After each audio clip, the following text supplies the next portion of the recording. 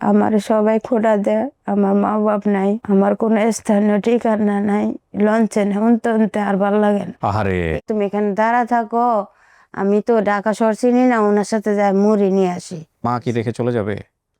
আল্লাহ ভালো জানে। আমি ওখানে 2-3 দিন বড়া কান্না করছি, পাইছি না। মেয়েটা চিটাগাং গেছে, ওর সাথে সাথে চিটাগাং গেছি। আমার তো ছেলে মেয়ে আছে, তুমি এই মেয়েকে কেন আনছো? এই কষ্টটা আপনার মায়ে পাইছে, বাপে পাইছে।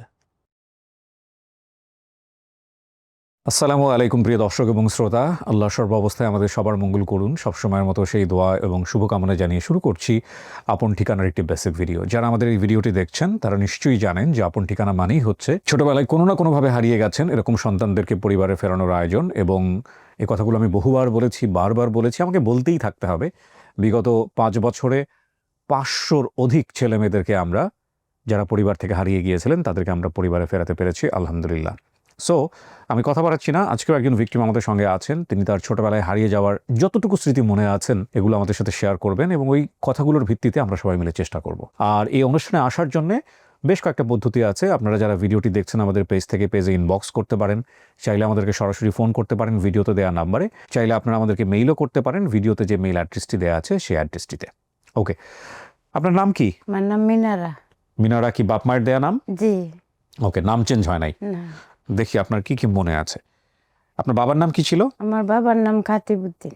খাতিবুদ্দিন। জি। মায়ের নাম? কাঞ্চন বিবি। কাঞ্চন বিবি। আপনার বড় ভাইয়ের নাম? কুদ্দুস। কুদ্দুস। আরেকজন ছিল সিদ্দিক। সিদ্দিক। সিদ্দিক। আপনার গ্রামের নাম মনে আছে? বলেন। গ্রামের নাম কুতুব্বস। কুতুব বস। ওনার গ্রামের নাম হচ্ছে কুতুব বস। এটা কিন্তু খুবই গুরুত্বপূর্ণ একটা তথ্য। যারা পেয়েছে তারা বলেছে যে আপনি রংপুরের ভাষায় কথা বলতেন। জি। তার মানে উত্তরবঙ্গের এই রংপুর এলাকায় দেখেন কুতুব বস নামে কোনো গ্রাম আছে কিনা। ঠিক আছে, আলহামদুলিল্লাহ। আল্লাহ যদি আপনার এই গ্রাম রেখে থাকে, আপনার বাপ মায়ের নাম যদি ঠিক থাকে, ইনশাআল্লাহ আমরা কাজ করব। তো মিনারা বলেন কি হয়েছে, একেবারে প্রথম থেকে বলেন তো ঘটনা কি। ছোটকালে আমার মার সাথে একটা মহিলা বলছে যে চলো ঢাকা নিয়ে যাই, তোমার মেয়েকেও লেখাপড়া করাইতে পারবে আর তুমিও জিডারে মানুষ করতে পারবে। ঠিক আছে আমি যাব। পরে আমার আম্মুরে আর আমাকে আমার একটা মহিলা নিয়ে আসছে ঢাকা রোজার সময়। সকালবেলা আমরা একটু হাইটটা গাড়িতে উঠছি, রেলগাড়িতে উঠছি। আচ্ছা। ওঠার পরে ঢাকা সারাদিন ওই গাড়িতে ছিলাম। রোজার সময় এই ইফতারির আগে আগে ঢাকা গাড়ির থেকে নামা হয়েছে। আমার মাকে ও মহিলারা বলে যে তুমি এখানে দাঁড়া থাকো, আমরা মুড়ি নিয়ে আসতেছি। তখনও তো আপনি মায়ের সাথেই ছিলেন?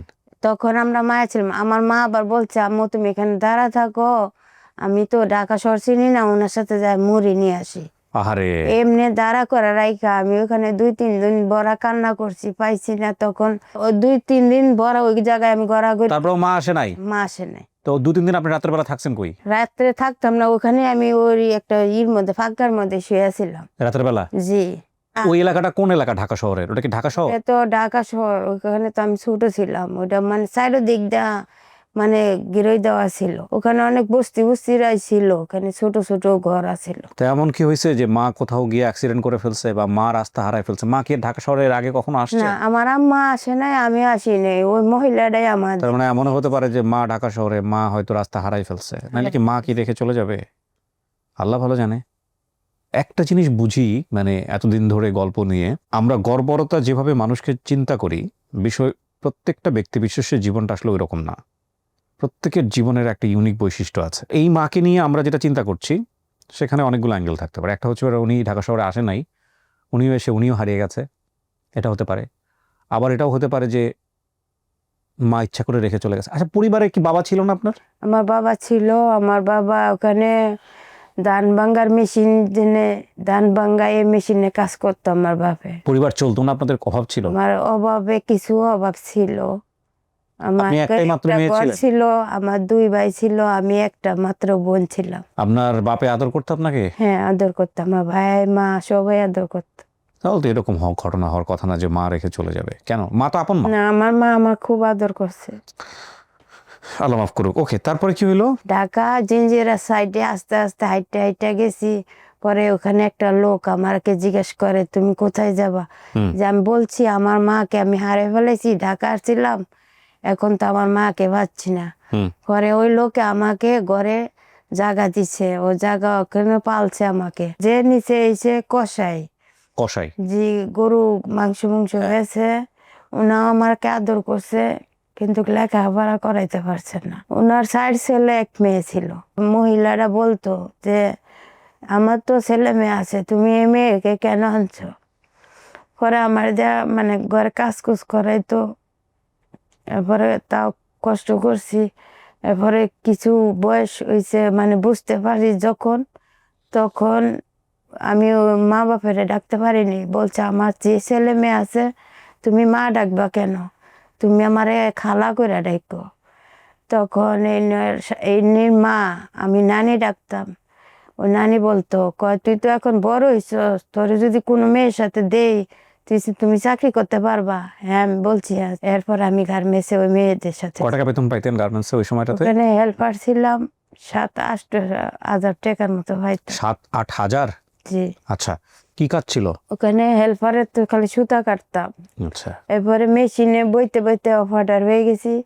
ঢাকার থেকে গেছি চিটাগাং। ওই মেয়েটা চিটাগাং গেছে, ওর সাথে সাথে চিটাগাং গেছি। চিটাগাং যে অফার্ডার হয়েছি, তো 15,000 16,000 টাকা বেতন পাইছি। এরপর নিজে কিছু জিনিসপত্র বানাইছিলাম, মা বাপের সন্তান তো পাইছি না। তারপরে একটা মেয়ে জামাই এখানে ছিল ভালো, ওরা দেখতে হয় না আমার, ওরা দেশের বান্ধবের ছেলের সাথে আমার সাথে বিয়ে হয়েছে। আচ্ছা। এখন আমি স্বামীর বাড়িতে আছি। আমার সবাই খোঁড়া দেয়, আমার মা বাপ নাই, আমার কোনো স্থানীয় ঠিকানা নাই। লঞ্চে উনতে আর ভাল লাগে না। পরে আমার বাগনি জামাই বলতেছে মনে আপনি ছেলে নিয়ে দিচ্ছি, যদি আপনার ফোন করে আপনি অবশ্যই যাইবে। কে বলছে এটা? আমার এই স্বাস্থ্য বোন। ও আচ্ছা, আমাদের সম্পর্কে বলছে? জি জি। ওরা বলে মোবাইলে বলে পাইছে, এরপর আমার বলছে। আচ্ছা 1 বছর হয়ে গেছে এটা জানা হয়েছে। আচ্ছা। তখন আমাকে আপনি কি দেখছেন আমাদের এই ভিডিওগুলো কখনো দেখছেন? আমি তো, আমার কাছে তো মোবাইল নাই, আমি কিভাবে দেখবো? ওহো, তাইলে আপনারা যে বলছে এরা একটু বলবেন যে আমার একটু দেখাও তো ওরা কেমনে কি করে। এটা আপনাকে যে আমরা এখানে বসাইছি, আপনার সামনে তো ক্যামেরা আছে, আমি কথা বলতেছি, জি এখন কিন্তু আমরা ভিডিও করতেছি, আপনি তো ভিডিওটা বুঝেন, ভিডিও করাটা বুঝেন। জি এই ভিডিও কইরা আমরা ফেসবুকে ছাড়বো। ফেসবুকের নাম শুনছেন? জি ফেসবুকে ছাড়বো, ইউটিউবে ছাড়বো। তো ফেসবুকে তো সবাই আছে, ইউটিউবে সবাই আছে, আপনার পরিচিত আত্মীয় স্বজনও আছে। তো এখন যেহেতু আপনি এই যে টুকটাক নামগুলা জানেন, কোনো লোক যদি দেখা আপনাকে চিনে বা আপনার পরিবারকে চিনে, তাহলে আমাদের সাথে যোগাযোগ করে বলবে আরে এটা তো আমাদের পরিবারের লোকজন। বুঝাতে পারছি? জি জি এরপরে ধরেন যখন বলবে, তখন ওই আপনার যাদের কথা বলছেন ওদের যদি কেউ বেঁচে থাকে, সব ঠিকঠাক থাকে, আমরা কথাবার্তা বলবো, জি বলে ওই পরিবারটাকেও আমরা নিয়ে আসবো, আপনাকেও আমরা আবার নিয়ে আসবো, নিয়ে এসে সামনাসামনি করাবো। তখন আপনারা কথাবার্তা বলে আপনি নিশ্চিত হবেন যে এটা আপনার পরিবার কিনা। বুঝতে পারছেন? জি। কিন্তু কথা হইলো সবাই কিন্তু পায় না। না হাজার হাজার ভিডিও কইরা অর্ধেকের মতো পাইছে, বুঝছেন? আপনি যেটা করবেন, বাসায় বেশি গিয়ে আল্লাহরে বেশি বেশি করে বলবেন। মার চেহারা বাপের চেহারা মনে আছে? আমার মা একটু বসা, আমার বাপ একটু কালো শ্যামলা। কয় ছেলে মেয়ে জানি আপনার? আমার 1 ছেলে 1 মেয়ে। আপনার ছেলে মেয়ে তো আপনার সাথেই থাকে। জি। কখনো চিন্তা করছেন যদি হারায় গেলে কেমন লাগতো? এই কষ্টটা আপনার মায়ে পাইছে, বাপে পাইছে। যাক, আল্লাহ মিলাই দেবে, টেনশন করেন না মিনারা। আমরা সবাই আপনার জন্য চেষ্টা করবো ইনশাল্লাহ, তাওয়াক্কাল তু আলাল্লাহ। প্রিয় দর্শক এবং শ্রোতা, ভিডিওটা আর বড় করতেছি না, আজকে 4টা ভিডিও রেকর্ড করব আমরা। তার মধ্যে প্রথম ভিডিও হলো এটা। আপনারা আগামী 3 দিনে আরও 3টা ভিডিও দেখতে পাবেন। আপনাদের সবার জন্য একটা আকুল আবেদন, দেখুন আমরা যেন চেষ্টা থেকে পিছপা না হই, ঠিক আছে? আপনারা নিশ্চয়ই এতদিনে ব্র্যান্ডিং বাংলাদেশের একটা এপিসোড হয়তো বা দেখে ফেলেছেন, যদি না দেখে থাকেন দেখবেন। ফাহিম আবদুল্লাহকে নিয়ে যে এপিসোডটা আমি করেছি।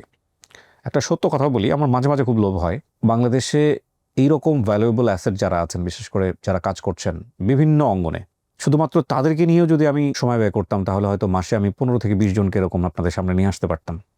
আপনারা খেয়াল করে দেখবেন, আমার যে কোর অনুষ্ঠান লাইফ জীবনের গল্প, যেটা ব্র্যান্ডিং বাংলাদেশ কিংবা আরও যেগুলো আছে, সেগুলা একেবারেই ন্যূনতম, হাতে গোনা কয়েকটা আসে, মাসে 1-2টা, বেশিরভাগই আপন ঠিকানা। এটার প্রধানতম কারণ হচ্ছে, এটাকে আমি এক ধরনের ইবাদত মনে করি, আল্লাহ মাফ করুক। এই কাজটা হয়তো আমরা তারই ভালোবাসা পেয়েছি, এবং এই কাজটাকে কোনোভাবেই মানে আমার জায়গা থেকে আমি আসলে কোনোভাবেই সাইড করে করতে চাইনি। তো সেই জায়গা থেকে আমরা যেহেতু এটাকে গুরুত্ব দিচ্ছি, আমাদের টিম মেম্বার এবং আমাদের দর্শক যারা আছেন তাদেরকেও বলবো যে একটু গুরুত্ব দিয়ে চেষ্টা করার জন্য। খুব অল্প বয়সে হারিয়ে গিয়েছিলেন, আমরা যেন এই পরিণত বয়সে এসে একবারের জন্য হলো তাকে তার পরিবারের কাছে মেলাতে পারি। তাওয়াক্কাল তু আলাল্লাহ। শেষ করছি। আসসালামু আলাইকুম।